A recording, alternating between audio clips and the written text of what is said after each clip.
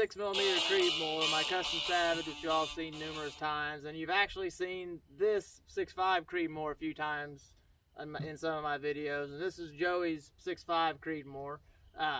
And the video was titled 6.5 or 6 Creedmoor versus 6.5 shootout, I think, or something similar to that. And it got a ton of views in relation to most of my other videos. And I think it's probably made a few people upset that we weren't discussing the difference in between the two and just showing a video of shooting between the two, which doesn't really say which one's better, which I can't really say which one's better. But I figure we're going to talk about what we like about the calibers, why we chose what we chose, and maybe it'll help some other people decide between the two, because these are the two calibers that you hear a lot about are the Creedmoors. So I've made a video on the 6mm not too long ago, and what all I've got in this, and why I like it, and why I built it the way I did. So Joey, what is it about the 6.5 that you like over the 6? I guess why I really chose it was I've got a lot of old Mausers, and I have a couple M96 Mausers, you know, the 6.5 Swedish. So that's kind of what I was leaning for. I just had 6.5 before, just the older iterations of it, and you know, the Creedmoor was kind of popular, so that's what I chose, was the 6.5, and then he has the 6. So the 6.5 now, he's running the 147 grain ELD, and I'm running the 108, so pretty much the heaviest ELD for caliber bullets that you can get.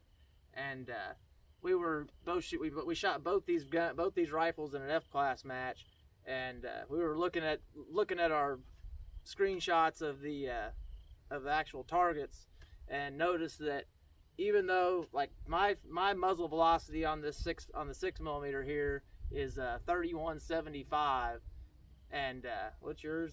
30 or 2700? yeah, it's I had a little jump in speed here recently after.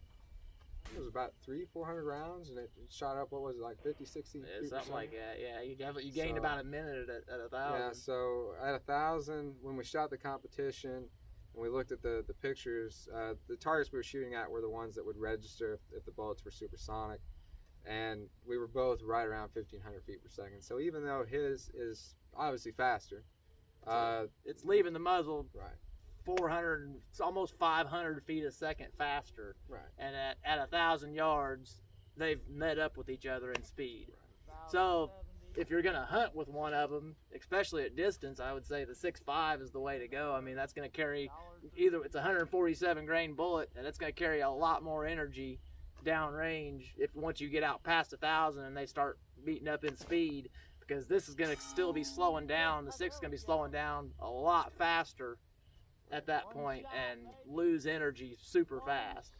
So I think the 6 is more, like I said in my video about the 6mm, I think it's more of a built for precision rifle, maybe a varmint caliber, but that'd be about it. Whereas you could really put a hurting on some deer for something medium-sized game out 700-800 yards pretty easily and have enough energy with the 6.5.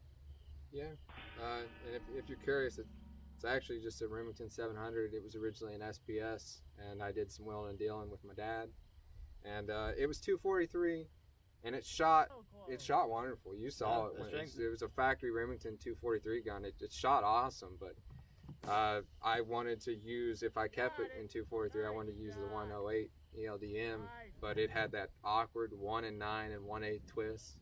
And I messed around with it. I think you saw it would not stabilize. You're not going to stay with that slow twist. You're not going to stabilize the heavy bullet. It shot beautifully. Really kind of surprising. You see a lot of bad stories about Remingtons nowadays, but I think they're hit and miss. But sometimes I think more often than not you get a good one. But sometimes there's some lemons. I'm sure you've seen it too, where you know, you produce 10 million guns. Well, yeah, versus like 1,000 guns. You start stacking tolerances in your quality control. And, yeah. But it's the only thing I've done to it is, and me and him, we both use the Criterion pre-fit barrels. Yeah, these are both very similar set up. I think yours is what, 26 and this is a 28 inch. So they're very similarly set up, but they both shoot probably about as good as the other one. But yeah, I just wanted to talk about why, like I said, I think it was disappointing to some people that clicked on that video as to they weren't getting an explanation between the two. So maybe this will clear a few things up and just kind of explain. Maybe if you're looking for a hunting caliber, that's another thing I didn't say is, okay, at 1,000 yards, even though they meet up in speed at 1,000 yards, this thing's leaving the muzzle, like I said, almost 500 feet a second faster. My elevation correction at 1,000 yards is only 23 minutes, whereas yours is about 32. So you're gaining, actually it's 22.5. Well, actually, since I've got that speed up, it's 29 to 30 now. Okay, so you're gaining 7 or 8 minutes at 1,000 in your elevation correction. So it's shooting a lot flatter, but the further you go out, especially if you're planning on shooting to 1,000 yards, I mean, you're still carrying 1,000 foot-pounds of energy with this, whereas that I'm sure is probably closer to 1,200, but or maybe less. This may be even a little less than that. I'm thinking yours is around 7. I think this might be 8 that sounds more right. I can't remember off the head. But either way, if you're looking for something to hunt with, especially out past 1,000, like coyotes or something, you're definitely, I would say the 6.5 is definitely going to carry a lot more energy to put the animal down. Whereas the 6mm is, this is supersonic to 1,400, and I'm sure that probably is pretty similar, or maybe even a little further.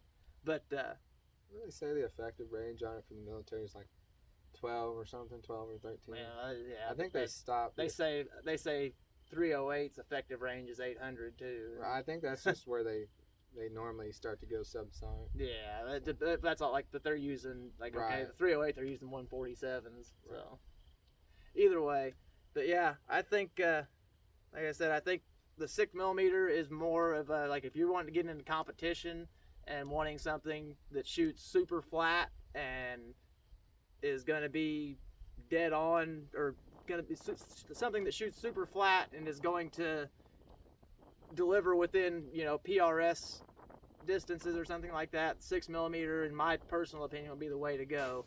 The 6.5, on the other hand, if you're wanting to hunt out past 1,000, or if you're wanting to, even in PRS, the thing's going to be great.